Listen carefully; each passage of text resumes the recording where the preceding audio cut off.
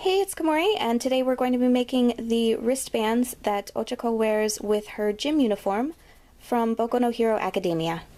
For Ochako's wristbands, we're going to start by cutting 2 rectangles out of some black stretch fabric, fold them in half, and sew them together along the long side. Then we're going to turn it right side out and position it so that the seam is facing downward.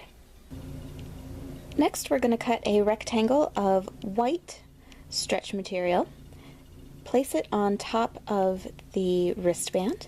We're going to fold the edges inwards so that there are no raw edges on top and sew along both of the long sides.